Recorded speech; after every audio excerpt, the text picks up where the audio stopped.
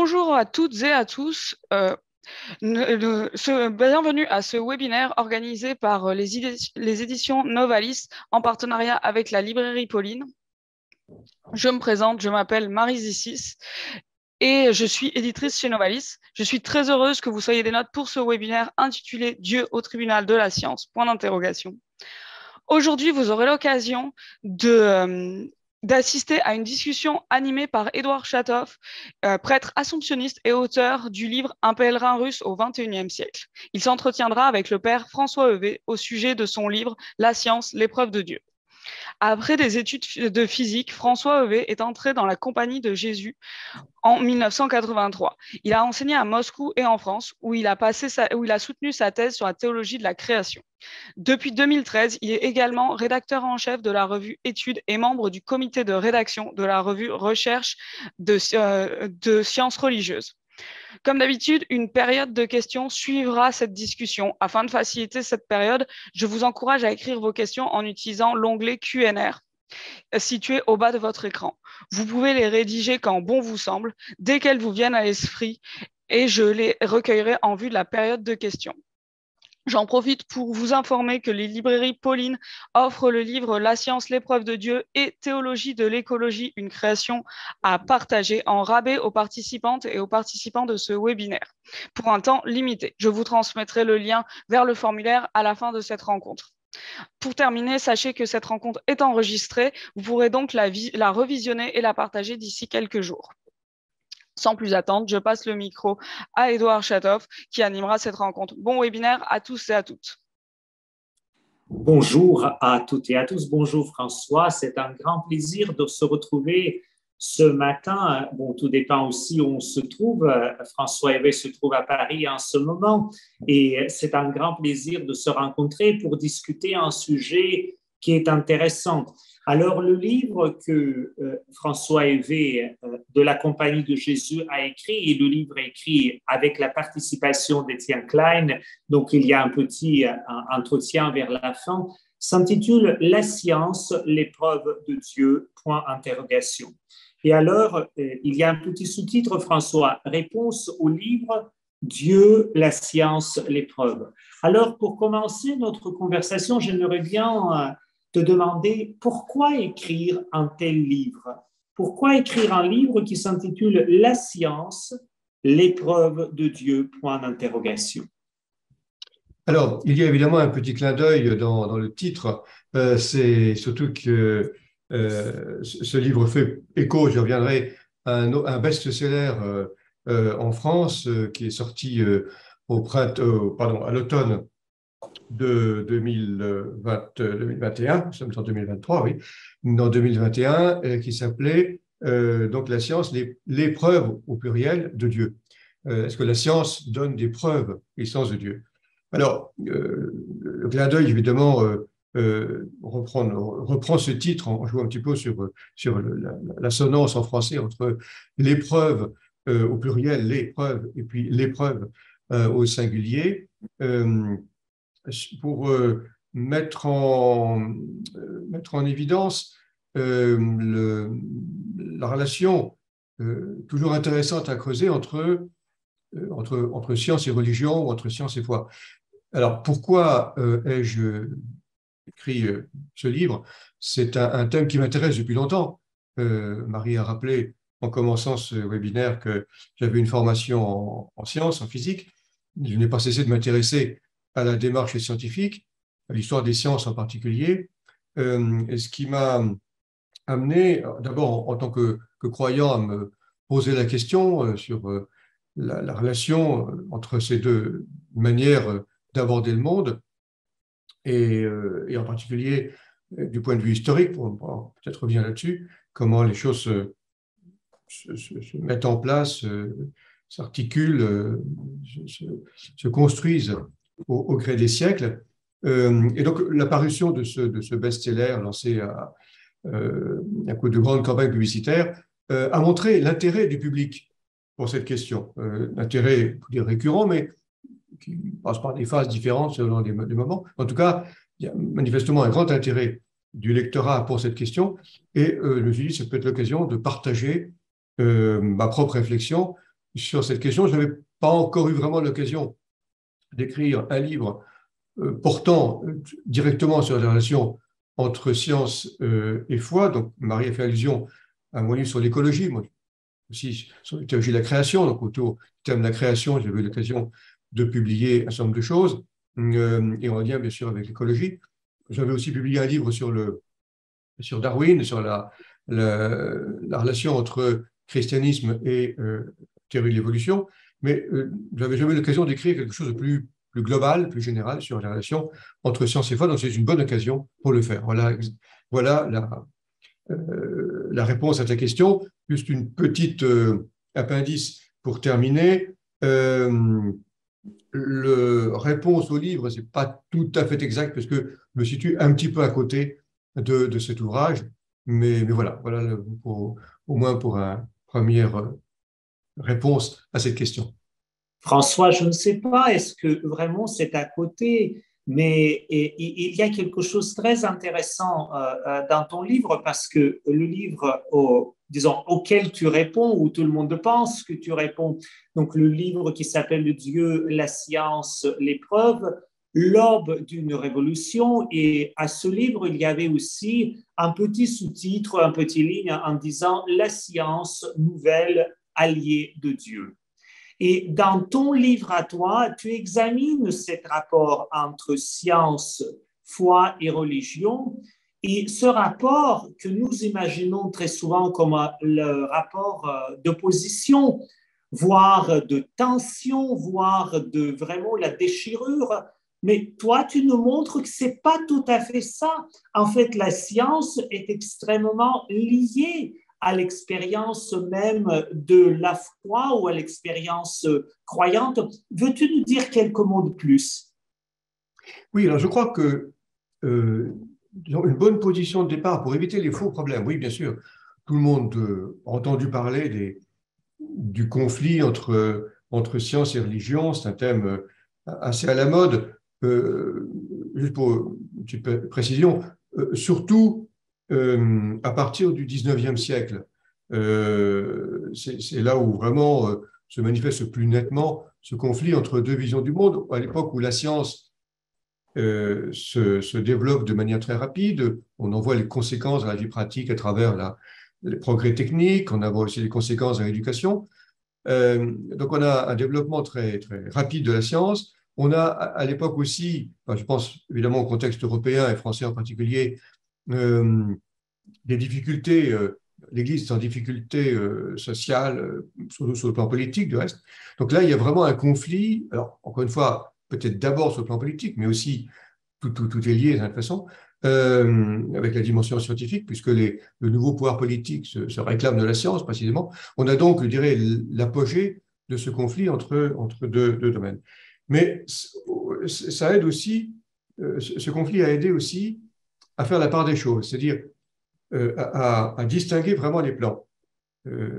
La vision religieuse du monde ne se situe pas d'abord sur le plan d'une connaissance du fonctionnement du monde.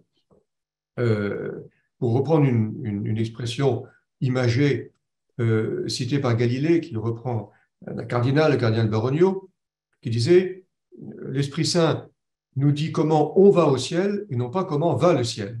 Alors, c'est peut-être pas le ciel dans le même sens, mais peu importe, c'est le côté imagé de l'expression qui m'intéresse. Comment on va au ciel, la voie du salut, hein, et comment va le ciel, c'est comment fonctionne le monde. Effectivement, là, on a deux domaines différents que je pourrais traduire aussi en jouant sur le mot de connaissance, sur le verbe connaître. Connaître le fonctionnement du monde n'est pas la même chose que connaître une personne. D'un côté, on a une connaissance objective qui met à distance. De l'autre côté, on a une connaissance plutôt interpersonnelle. Et on voit bien que la science, évidemment, se situe sur le premier versant, connaissance objective des choses. Et là, au moins, comment dire, je m'appuie sur la foi chrétienne, dans l'affaire de la foi chrétienne, la foi est d'abord affaire de relations interpersonnelles, de relations avec Dieu. Donc, voilà, même si les textes religieux comme la Bible engagent des éléments de connaissance du monde, évidemment, le premier récit de création s'appuie sur les connaissances de l'époque, empruntées du reste à aux civilisations voisines. Même si donc les textes sacrés, les textes de référence, utilisent les éléments de connaissance du monde, ça n'est pas ça, évidemment, la pointe de leur message. Et donc, je crois qu'il faut d'abord, dans un premier temps, effectivement, distinguer les niveaux, ce qui évite les faux problèmes. Néanmoins, on ne peut pas simplement se contenter de ces deux éléments, parce que toute relation interpersonnelle implique des éléments de connaissance. Évidemment, on ne peut pas être totalement indifférent à ce que la démarche croyante, l'attitude du croyant, ne peut pas être complètement indifférente à la connaissance que nous avons de la nature. Alors, je pense peut-être plus particulièrement au monde vivant, hein, c'était le problème autour de l'évolution, bon.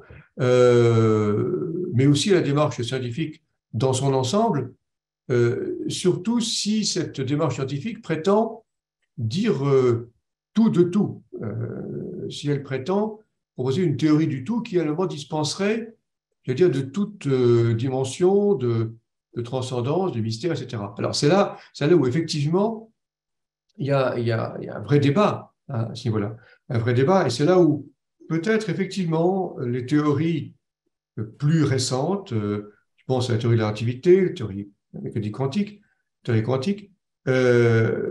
sont des théories qui interrogent notre relation au monde et qui, effectivement, donnent, je veux dire, l'occasion de réfléchir à une certaine transcendance, certaines dimensions mystérieuses du monde. C'est là où, effectivement, il peut y avoir une certaine rencontre. Voilà ce que je dirais schématiquement à cette question. La question là, c'est la science. Il y a plusieurs approches. Et je reviendrai peut-être un peu plus tard sur la connaissance et connaissance, mais il y a tout un sujet ou toute une personne qu'on aborde, c'est Dieu. Quand on parle dans ce dialogue entre science et Dieu, la science, l'épreuve, ou la science à l'épreuve de Dieu, de qui ou de quoi parle-t-on exactement quand on dit Dieu? C'est effectivement la première question à se poser. Est-ce que, lorsqu'on emploie le mot Dieu, bon, c'est bien que le mot Dieu est un mot, j'allais dire, du vocabulaire courant, qu'on y croit ou qu'on n'y croit pas, et tout le monde a plus ou moins dans l'esprit une certaine définition, même s'il faut peut-être commencer par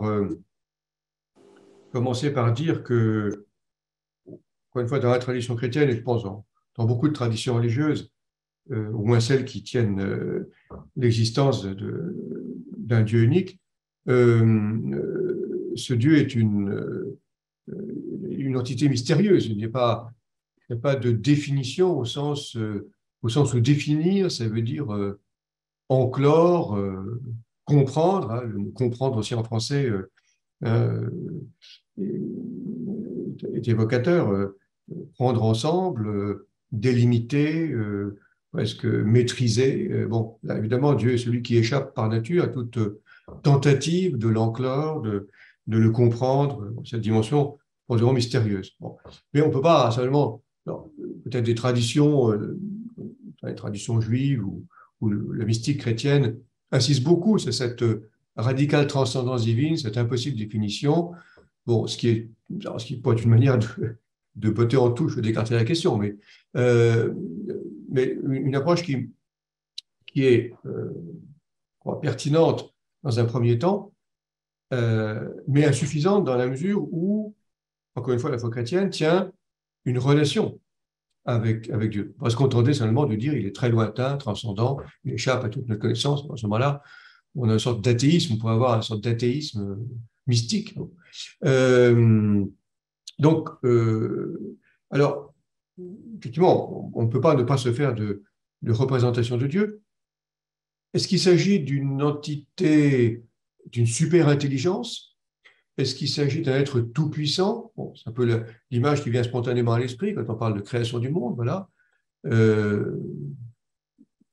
Personne, quasi-personne, une entité, le mot est un peu général, hein, qui est à l'origine de tout et qui, un peu comme un super architecte, un super ingénieur, a conçu les plans du monde, a organisé, a réalisé cette machine du monde. On a tout un courant de pensée qui va dans cette direction, et c'était très à la mode, en particulier au XVIIe siècle, au début de la science moderne, chez Newton en particulier. Dieu comme cette super intelligence, super ingénieur qui à la fois conçoit, réalise et maintient aussi et entretient, on peut dire, la machine du monde, avec aussi, c'est pas négligeable, en association la représentation du monde comme une grande machine.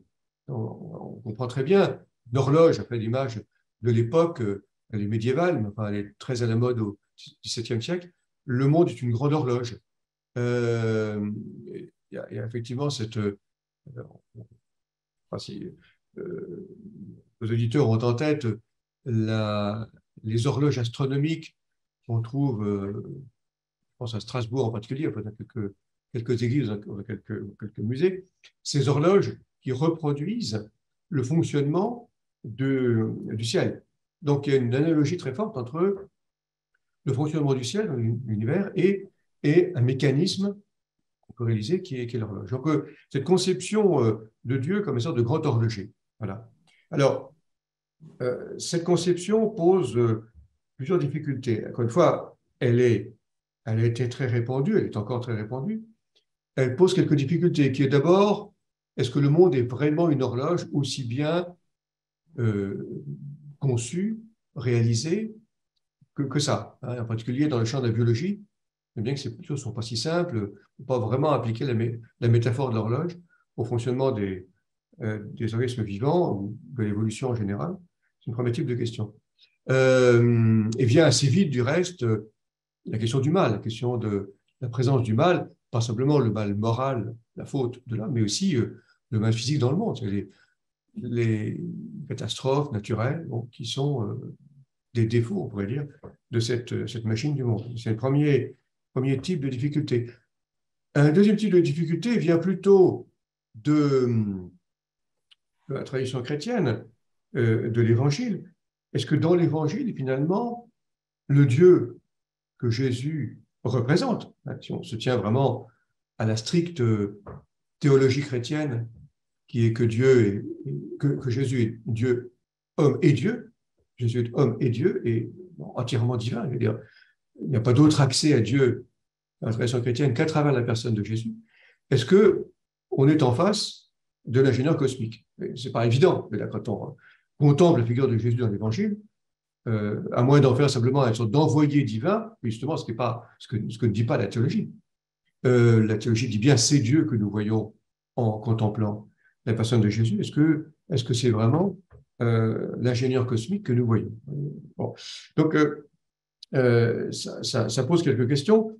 Alors, encore une fois, on peut très bien être admiratif de l'ordre du cosmos, et oui, bien sûr, oui, le cosmos n'est pas un désordre, n'est pas une sorte de chaos permanent, ça pose des questions. Einstein lui-même, je le cite assez volontiers, parce que c'est une figure importante dans les sciences, personne ne le niera, et en même temps, c'est quelqu'un qui qui se disait lui-même de sensibilité religieuse, sans appartenir à une confession, juive d'origine, mais sans se réclamer d'une religion particulière, mais il reconnaissait un sentiment religieux, on peut dire un sens religieux, un sens du mystère, enfin quelque chose qui, dans le spectacle du monde, échappe à notre emprise et donc évoque une autre dimension que simplement ce que nous pouvons maîtriser. Oui, alors là, effectivement, il y a quelque chose, je pense, à retenir de cela, c'est-à-dire que la contemplation, l'examen du fonctionnement du monde, la contemplation de l'ordre du monde, évoque une autre dimension, quelque chose d'autre qui peut effectivement conduire à Dieu. Pourquoi pas? Voilà. Donc, une fois, je serais assez prudent pour partir trop vite dans la direction de l'ingénieur cosmique. Voilà. Ça pose quand même quelques questions.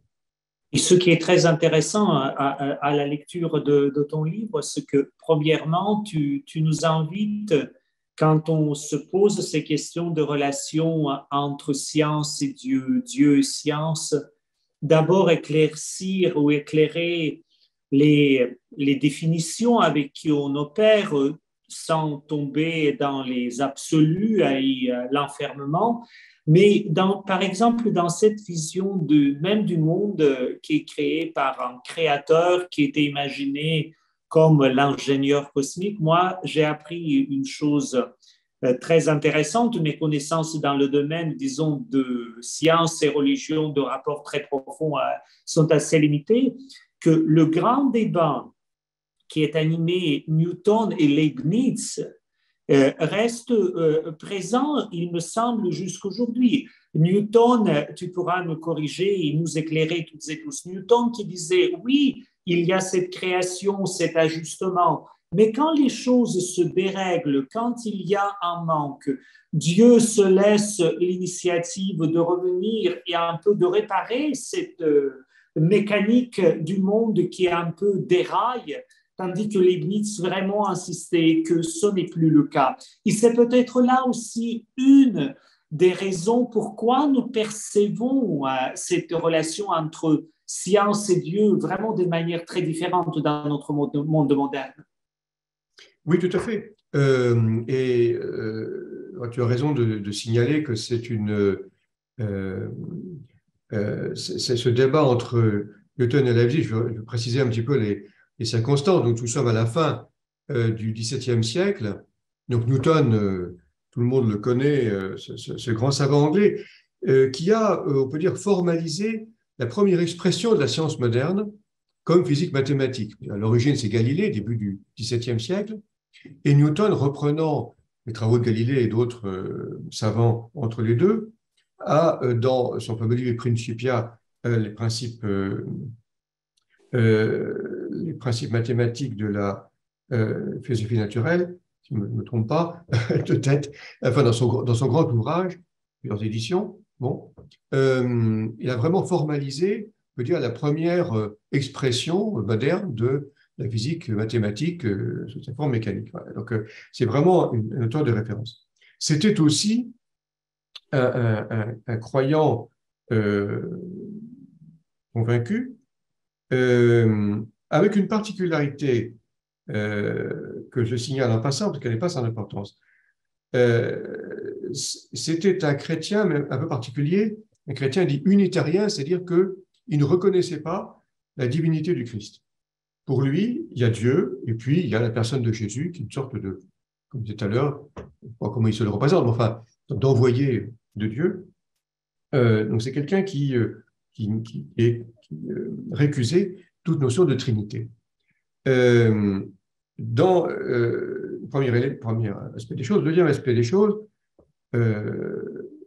pour lui, effectivement, Dieu est, comme il dit, le Seigneur du monde, le concepteur du monde, non pas, comme il le dit, non pas l'âme du monde, non pas celui qui de l'intérieur anime le monde, mais celui qui l'a fait au sens presque de fabrication.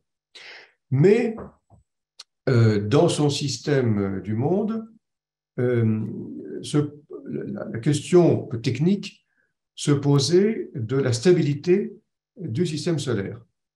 Et donc, il fallait qu'il y ait une instance extérieure qui assure cette stabilité. Donc, il y avait une sorte d'imperfection, on peut dire, dans le modèle du monde, qui faisait que Dieu devait intervenir pour assurer cette stabilité.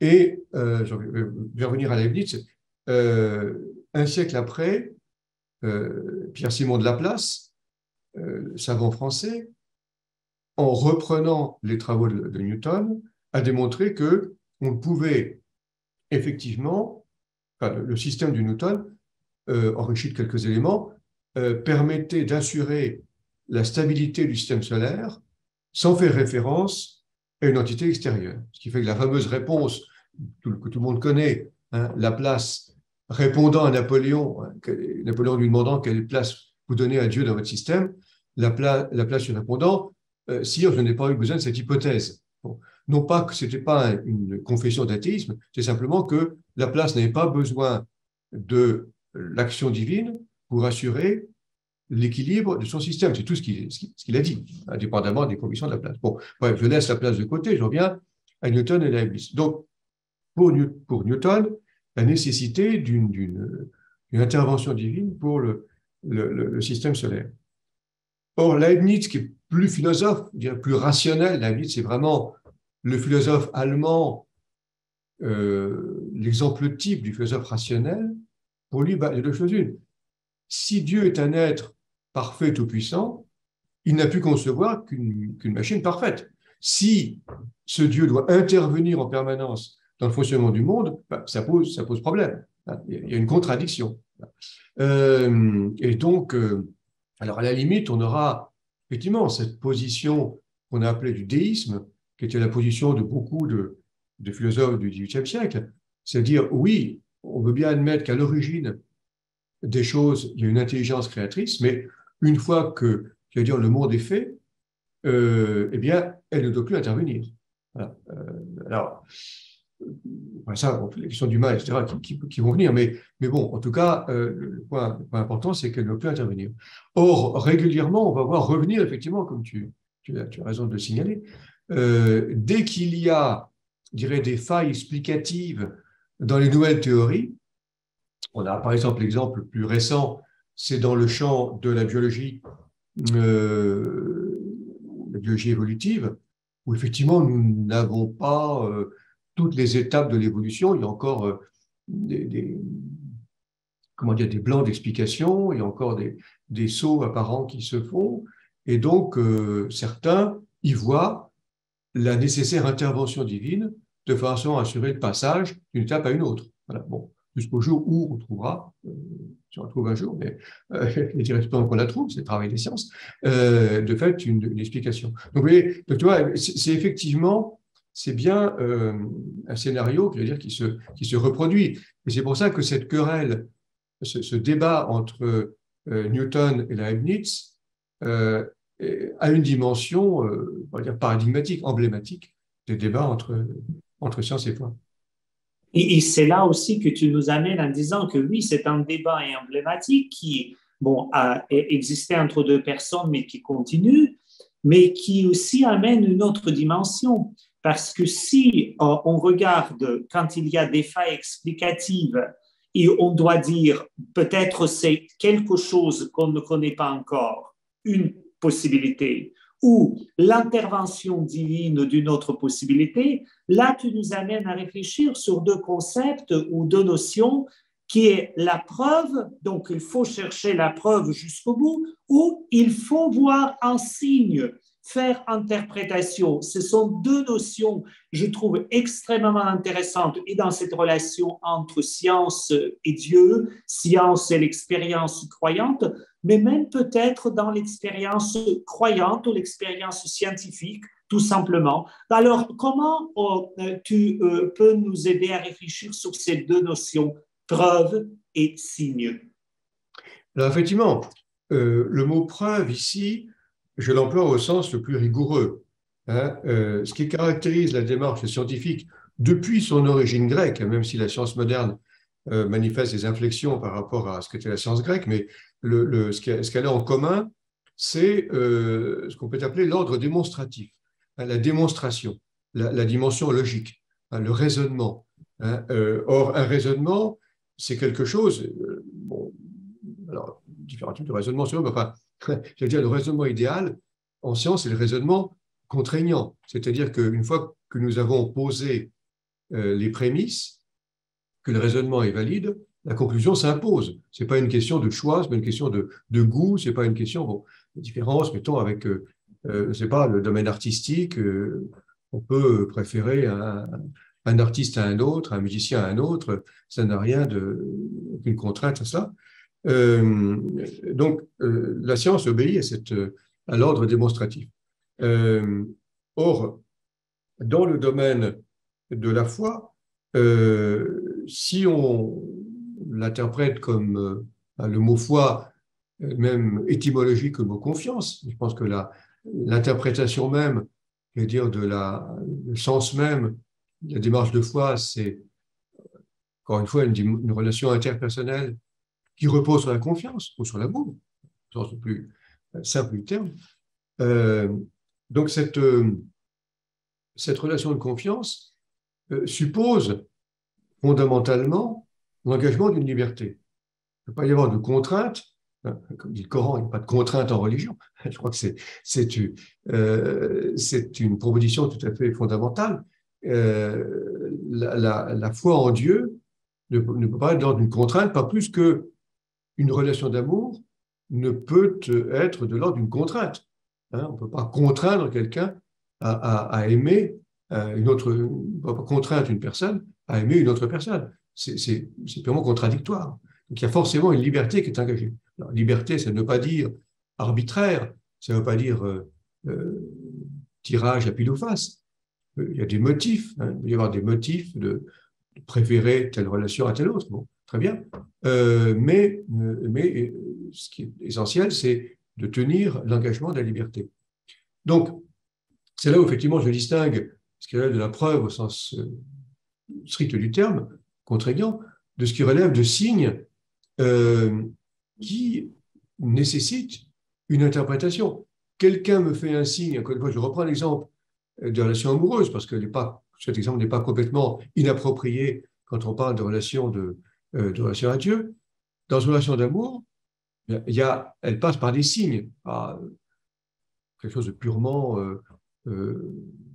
intellectuel, je ne sais pas quoi, ou spirituel, au sens superficiel du mot. Elle passe par des signes qui sont des paroles, qui sont des cadeaux, qui sont des gestes. Bon. Mais tous ces signes, évidemment, peuvent susciter plusieurs interprétations possibles.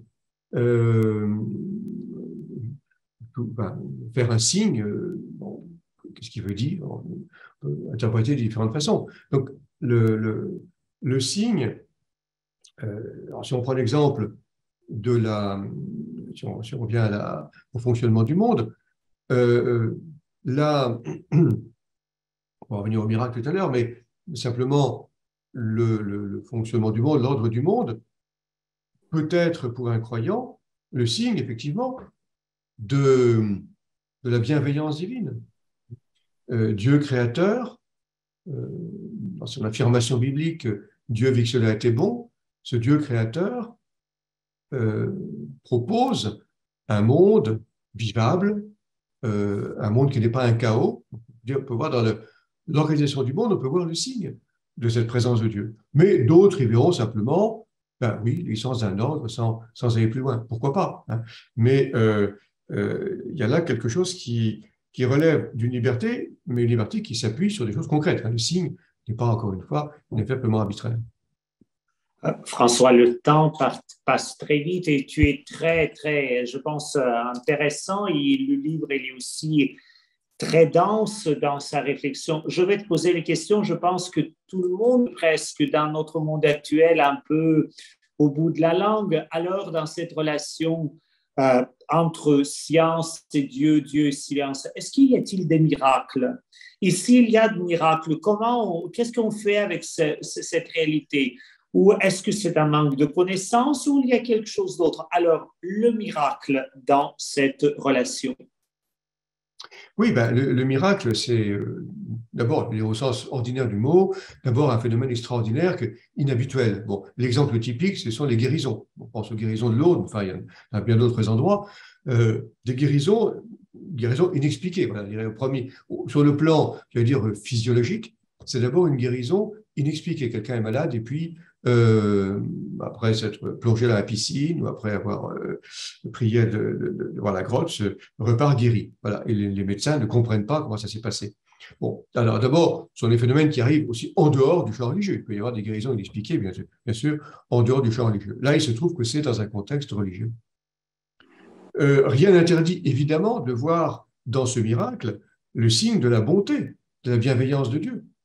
Hein, ne faisons pas de Dieu une sorte de cause physique au même titre que, je ne sais pas, l'action des médicaments, comme s'il y avait finalement, comme si on pouvait mettre en parallèle, voire en opposition, l'action d'un traitement médicamenteux et l'action divine. Les médicaments n'ont pas marché, donc la prière va marcher. La prière n'est pas du même ordre. Mais encore une fois, à l'inverse, ne disons pas simplement les miracles, bon, c'est une guérison expliquée, et puis je ne vais pas chercher au-delà. Non, bien sûr.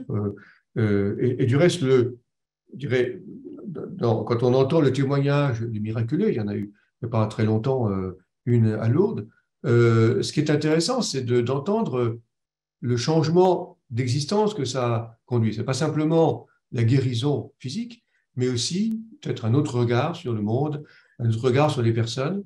Il y a quelque chose qui a changé. Et si on se réfère aux guérisons évangéliques, on voit bien que ce qui se joue là, c'est peut-être moins ou tant, c'est pas la guérison physique, je pense au lépreux par exemple, il est guéri de sa maladie, mais ça lui permet de se réintégrer dans la société des hommes. L'homme à la main desséchée, ça lui permet de se réintégrer à la société humaine, à trouver un travail, etc. Donc il y a quelque chose qui n'est pas simplement de l'ordre du spectaculaire, physiologique, mais qui est qui est le signe que l'action divine vise à accomplir l'humanité, à redonner toute son intégrité à l'existence humaine. Et c'est ça. Et ce que personnellement, ma leçon que je tire du miracle, c'est que Dieu est celui qui nous donne oui, tout son poids, toute sa valeur à l'existence humaine. Ça passe par différents canaux. Dernière remarque peut-être, que c'est Saint-Augustin, ne vous fixez pas sur les miracles particuliers, regardez le grand miracle qui est l'action divine en général. Voilà, l'action divine dans le monde, sachons aussi voir, même dans les choses les plus simples, déjà Dieu à l'œuvre, et c'est ça qui est pour lui le grand miracle. Merci beaucoup, François. Je pense notre conversation qui, entre toi et moi, touche un peu à sa fin. Ça nous permet de voir ce que le livre aussi nous dit, qu'il y a les voies de dialogue entre science et foi, science et la religion peuvent dialoguer. Mais en ce moment précis de notre webinaire, nous allons arrêter dans notre conversation et nous allons l'ouvrir aux questions qui nous viennent des personnes qui participent à ce webinaire. Alors, Marie, tu vas nous guider à travers cette étape pour que François puisse répondre aux questions des participants et participantes. Merci, Père Hervé, pour ces réflexions très intéressantes. Donc, comme l'a souligné le Père Chatov, c'est le moment des questions. Je vous rappelle que vous pouvez continuer à les écrire dans l'onglet Q&R en bas de votre écran et je vais les poser pour vous. À l'heure actuelle, on a déjà un certain nombre de questions. La première nous vient de Sylvie Gagnon qui en fait pose deux questions. Sa première question, c'est pourrait-on dire que la connaissance du monde n'est que la pointe de l'iceberg par rapport à la connaissance de Dieu? Je réponds au fur et à mesure, oui, d'accord. Oui, là, encore une fois, je reviens sur les deux sens que j'ai donnés au mot de connaissance.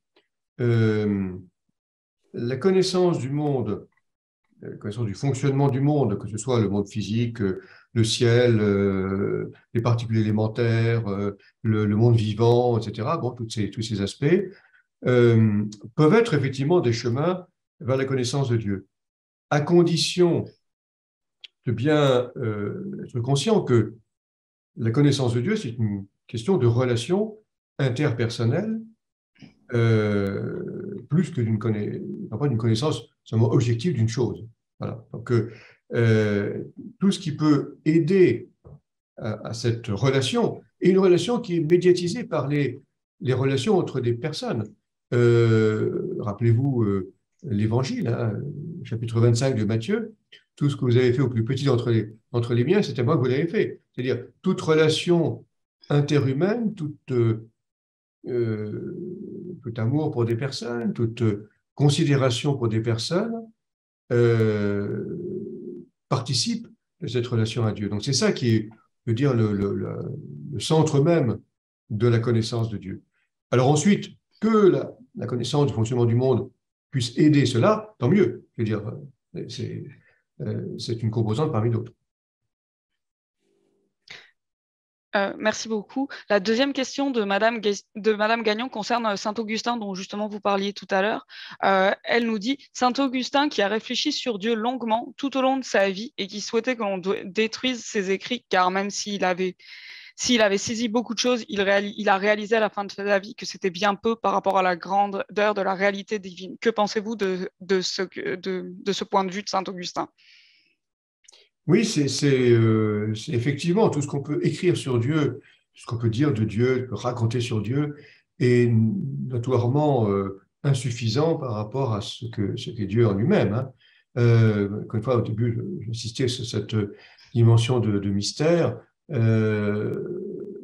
En même temps, c'est important d'en parler. C'est un débat en théologie. Il y a ce qu'on appelle la théologie négative, c'est la théologie qui, justement, ne peut parler de Dieu qu'en écartant ce qu'il n'est pas. Bon. Mais saint Thomas lui-même, qui est sensible à cette dimension, dit, bon, on a besoin d'aller au-delà de ça et de confesser quand même ce qu'est Dieu pour moi. Donc, c'est important d'avoir des mots. L'Évangile nous en fournit, hein, la Bible nous en fournit évidemment tant et plus, d'avoir des mots pour parler de cette relation à Dieu, et pour parler à Dieu d'abord, je veux dire, la première parole, c'est pas d'abord une parole sur Dieu comme sur une chose, mais c'est une parole adressée à Dieu. Donc on a besoin de ces paroles, tout en sachant qu'évidemment elles sont très insuffisantes par rapport à ce que Dieu lui-même. Marie, je peux me permettre une petite question. Je pense, François, ce que moi je sais dit, tu essaies de dire que le monde est intelligible, Dieu est intelligible, mais il y a toutefois une partie de mystère et dans le monde et en Dieu que sera un peu, je pense, un peu même déraisonnable de prétendre résoudre une fois pour toutes. Est-ce que je te comprends bien ou tu veux dire quelque chose? Oui, je pense que c'est assez juste. Alors, il y a de fait aussi en relation au monde quelque chose qui nous échappe à certains égards. Alors, je ne mettrai pas le même degré de mystère dans la connaissance du monde et la connaissance de Dieu. Bon, mais néanmoins, c'est vrai, oui, la perception de ce qui nous dépasse, je reviens à Einstein, nous dépasse dans la connaissance du monde, peut évoquer effectivement une dimension religieuse. Oui, dans ce sens-là, oui. Merci. Roger Labbé, lui, est très intéressé par les livres que vous avez écrits et il aimerait beaucoup savoir, Père Hervé, si vous avez écrit un livre sur le lien entre Dieu et l'évolution et sur le mal sous toutes ses formes. Alors oui, sur l'évolution, oui, j'ai écrit un livre qui s'appelle Darwin et le christianisme. En 2009, c'était l'année Darwin. Darwin et le christianisme, qui est sorti un livre de poche. Alors, donc, j'espère qu'il est accessible aussi au Canada, au Québec. Et puis, alors sur le mal, donc j'ai écrit un livre sur le péché qui s'appelle Crainte et tremblement. C'est un titre évidemment qui a été pris par d'autres avant moi, mais aux éditions du Seuil en 2010. Crainte et tremblement, une histoire du péché, qui est justement un exposé, qui n'est pas sur le mal comme tel, mais qui est sur le péché. Et, évidemment, la question du mal est abordée indirectement par ce biais-là. Donc voilà les deux éléments de réponse que je peux fournir. Merci beaucoup. Je tiens juste à ajouter pour les personnes qui seraient intéressées par les références de ce livre, qu'elles n'hésitent pas à m'écrire à mon courriel que je vais mettre dans le clavardage après et je leur transférerai les informations complètes concernant les deux livres que vous venez de citer. D'accord. Donc, voilà, pour être sûr que vous puissiez les lire si vous le souhaitez. François Paré, une autre question qui vient de François Paré, qui a lu votre livre de façon très attentive. Il fait deux citations qui sont un peu longues, donc je vais pas les citer, mais je vais vous poser directement la question que Monsieur Paré vous pose. Si la qualité logique d'un raisonnement est inattaquable, de telle sorte que sa conclusion soit communément et universellement admise par les pairs, est-ce à dire que toute prémisse demeure éternellement sujette à caution? Donc, toute théorie hypothétique. Oui, alors c'est un débat effectivement de logique. Tout le problème, le raisonnement, c'est le syllogisme d'Aristote qui est la référence, hein, tout raisonnement logique déduit une conclusion à partir de prémices. Si les prémices sont vraies, que le raisonnement est juste, la conclusion est nécessairement vraie. Voilà ce qu'on peut dire. Mais évidemment, ce qui suppose que les hypothèses, enfin, que les prémices, disons, que les propositions initiales soient effectivement vraies. Or, comment prouver qu'elles sont vraies? Ben, ça peut être des conclusions d'un raisonnement antérieur, à partir d'hypothèses, positions vraies. Mais vous voyez, on entre dans une sorte de régression. Donc, alors, ça peut être soit en mathématiques, ce qu'on appelle des axiomes. Des axiomes sont des propositions que l'on pose comme étant vraies. Voilà, simplement, on admet qu'elles sont vraies, donc c'est ainsi.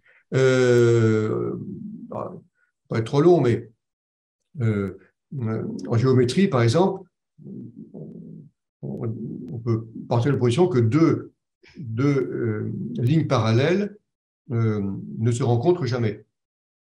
Bon, c'est une proposition. Bon, on peut faire une autre hypothèse et ça donne lieu à d'autres géométries. Ce sont des axiomes, c'est quelque chose qui a une dimension arbitraire. Alors, ça peut être une proposition d'observation. À ce moment-là, effectivement, on peut dire on observe tel phénomène, mais est-ce que cette proposition est effectivement aussi vraie qu'elle semble? Parfois, l'observation peut être trompeuse. Donc, il y a toujours un côté effectivement hypothétique dans les prémices d'un raisonnement. Alors, ça ne conduit pas à du relativisme absolu, évidemment, hein. On peut se mettre d'accord, la science actuelle admet un certain nombre de propositions de base sur lesquelles les communautés scientifiques se mettent d'accord. Et puis, voilà. Il y a eu beaucoup de débats là-dessus. Je ne vais pas entrer dans les détails, ça nous entraînerait très loin. Il y a beaucoup de débats dans les dernières décennies, justement, sur les fondements de la science, depuis le début du XXe siècle. Sur les fondements de la science, est-ce qu'ils sont aussi évidents que ça? On veut les remettre en question. Est-ce que les observations sont aussi évidentes que ça? Bon, voilà, l'intérêt là-dedans, c'est qu'il y ait un vrai débat et qui conduise à quelque chose qui ne soit pas une trop grande dispersion, ni un relativisme, qui est le risque, évidemment, de ce genre de débat. Alors, je ne sais pas si c'est répond à la question, mais c'est ce qui me vient à l'esprit. François Paré vous répond par une autre question pour conclure un petit peu. Il termine en disant d'où le théorème d'incomplétude de Kurt Gödel. Je ne suis pas sûr de le prononcer correctement, je suis désolé. Et ce qui logiquement s'ensuit peut-être. Oui, alors là aussi, c'est difficile d'en parler trop schématiquement sans entrer dans les détails, mais il y a effectivement tous les débats du début du XXe siècle dans le champ de la logique, encore une fois. Pour prendre un exemple assez simple, je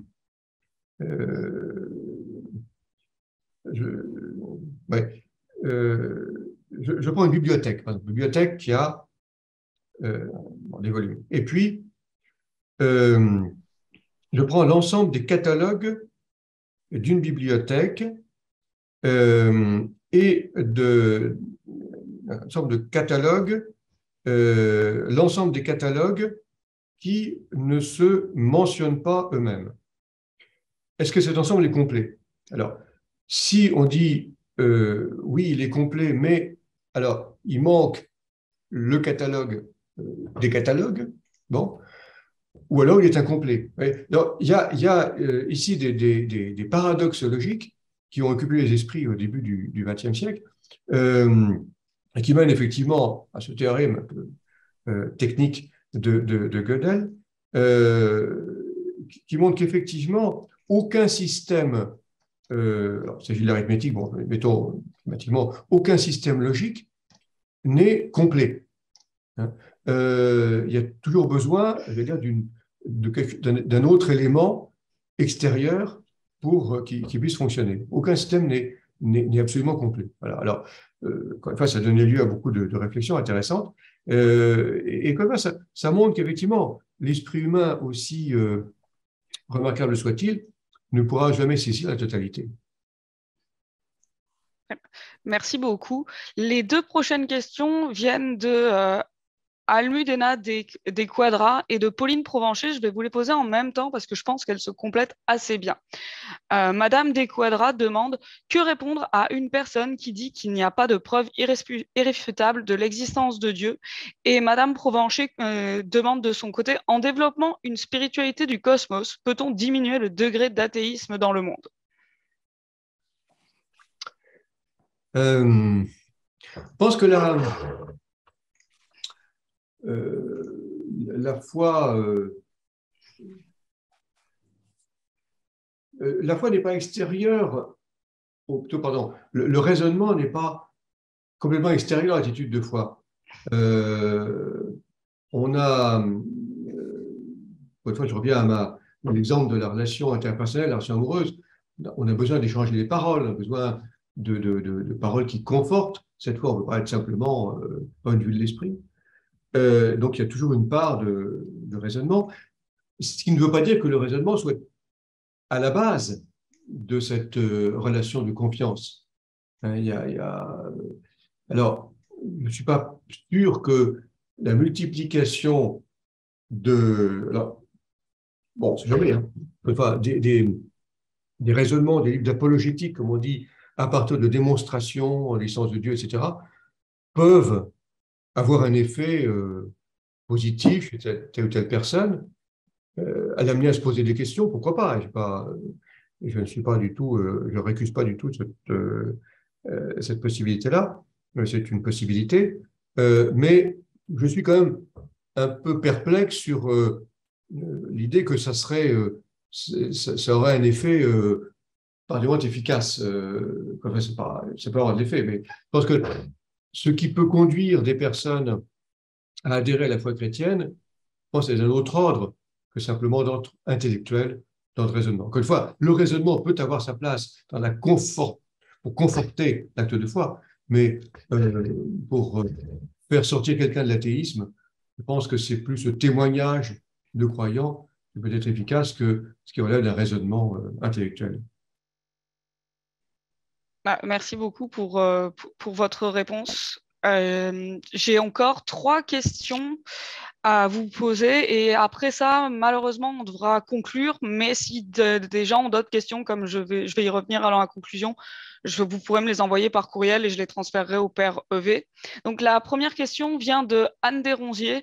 J'ai lu dans un livre que selon le judaïsme, l'humain doit réparer le monde. Il y aurait donc intelligence créatrice, Dieu, mais aussi l'humain qui, par ses actions et ses pensées, influence l'univers. Le mal, dans cette optique, servirait pour aider l'humain à évoluer. Qu'en pensez-vous?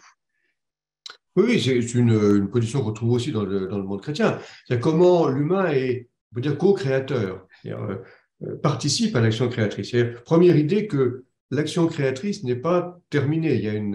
La création se continue. Hein, et donc, vers son accomplissement.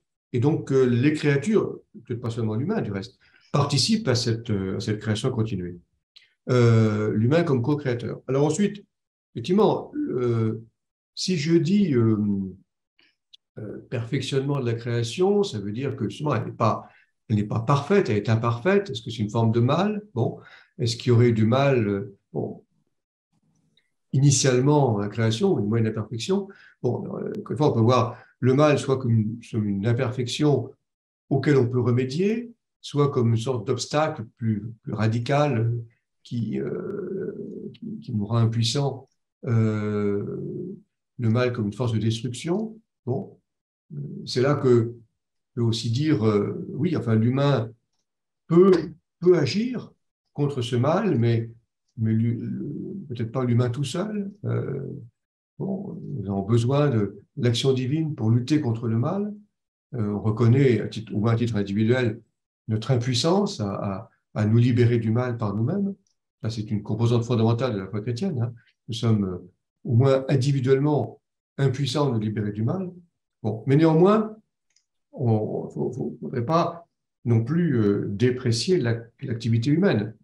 Et je pense que de bonnes traditions théologiques, alors ça dépend des sensibilités. Certaines sensibilités sont plus sur la faiblesse humaine, d'autres, au contraire, valoriseront. Il y a des courants humanistes dans la tradition chrétienne, des courants humanistes qui, justement, valorisent l'action humaine comme participant à l'action divine. Merci beaucoup, Père Hervé. Roger Bédard, qui a beaucoup lu sur la question de la science et Dieu, s'interroge à l'heure actuelle, on vient à se dire que la science sert aussi bien aux athées qu'aux croyants et que les uns et les autres doivent croire sans preuve scientifique, excusez-moi. La recherche de son point de vue, la recherche de Dieu de ce point de vue ne serait pas l'objectif d'une science. Et dans ce cas, il se demande en quoi peut servir pour le catholique de base la confrontation entre science et Dieu.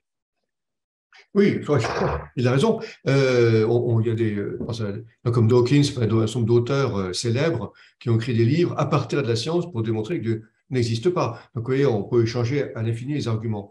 Bon, on peut en rester là. Cela dit, alors, ça, tout dépend des tempéraments. Ceux qui ont un tempérament scientifique ou un intérêt pour les sciences seront intéressés, effectivement, à se dire, tiens, mais en quoi ma foi, finalement, peut contribuer à la démarche scientifique? Peut-être de manière plus fondamentale, comme je disais tout à l'heure, l'occasion de réfléchir sur la démarche scientifique. Bon, pour certaines personnes, ce sera effectivement un débat extérieur qui n'aura pas beaucoup d'intérêt. Un certain nombre de scientifiques sont croyants d'aller tranquillement sans tellement se poser la question de l'articulation entre les deux. Tout le monde n'est pas obligé de réfléchir à fond sur cette question. Je me permets de vous poser la question de ce point de vue, François, c'est que tu dis dans ton livre qu'actuellement, il y a cette réflexion, elle n'est pas nouvelle, de philosophie sur la science et un historien et philosophe, historien des sciences, Michel Blais, il dit que l'évolution de la science moderne nous pousse vraiment à poser la question sur le sens de science moderne et articulation avec ce domaine scientifique, avec d'autres domaines de notre vie, et peut-être si on ne veut pas être réduit juste à l'état de la machine, d'un robot, s'ouvrir à une dimension plus grande qui est la dimension poétique. C'est peut-être là se situe ce débat qui vient d'être évoqué dans ces questions, prouver, de ne pas prouver, à quoi ça sert et à quoi ça ne sert pas. Tout à fait, oui. Oui, je crois que si on fait de la science, à un moment donné, il faut se poser la question du sens de la démarche scientifique. Donc, on est plus sur un plan philosophique, pour le coup. Mais les frontières sont parfois poreuses. Merci beaucoup. Justement, puisqu'on parle de la dimension poétique, Sylvie Gagnon nous pose une dernière question. Déjà, elle vous remercie pour cette conférence qui ne donne pas de réponse absolue. Elle nous dit, vous avez élaboré sur ce que l'on entend par Dieu. Nous entendons souvent parler de Dieu comme Dieu est amour. Comment peut-on définir le mot amour d'un point de vue justement entre Dieu et la science ?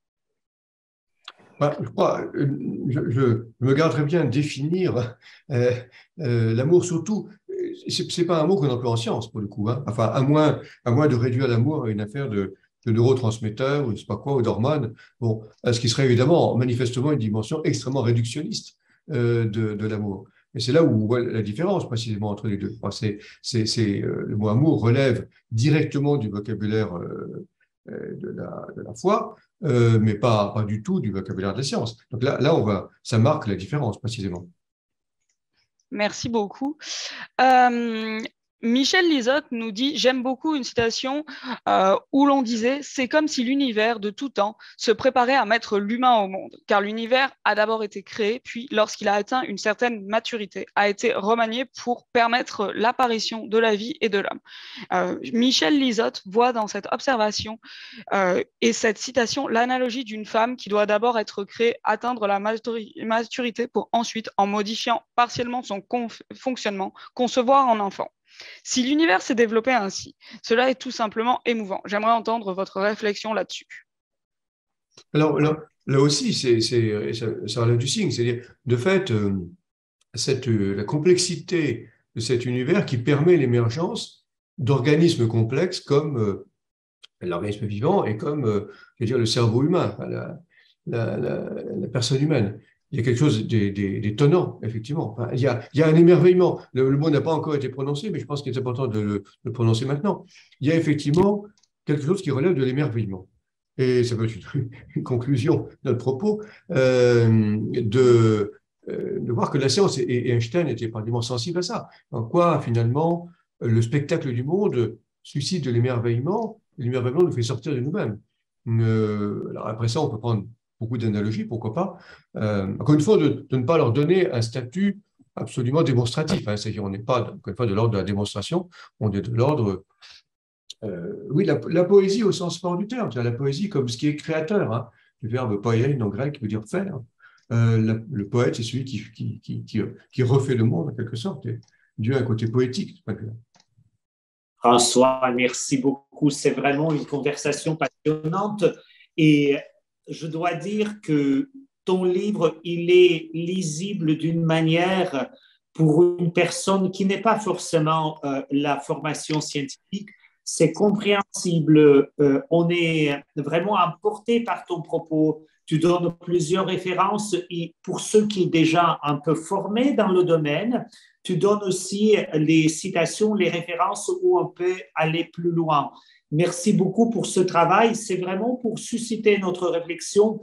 Et ce qui est vrai, je trouve vraiment intéressant, c'est que tu nous invites dans ce rapport, dans ce dialogue entre science, foi, que tu crois possible d'être rigoureux dans deux domaines, et de la science et de la foi, d'être rigoureux, d'être vraiment précis, mais toutefois sans s'enfermer, sans devenir figé et sans devenir réductionniste d'un domaine ou d'un autre. Merci beaucoup pour cela. Merci. Merci, Père Hervé, encore une fois, pour ce webinaire et toutes vos réponses très intéressantes. Malheureusement, notre séance tire à sa fin et nous n'avons plus le temps de répondre à d'autres questions. Si vous en avez une qui vous vient dans les prochains jours, n'hésitez pas à me l'envoyer à mon courriel Novalis que je viens de mettre sur le clavardage. Je la transmettrai au Père Hervé. Je voudrais aussi vous rappeler, pour ceux qui ont dû partir ou qui ont raté une partie de la conférence, qu'elle va être mise en ligne d'ici quelques jours, donc vous pourrez la visionner et la partager à ce moment-là.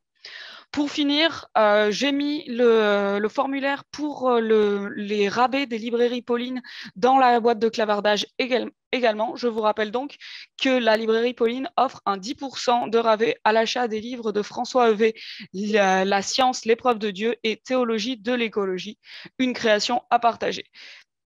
Ce rabais sont disponibles inclusivement jusqu'au 5 avril 2023.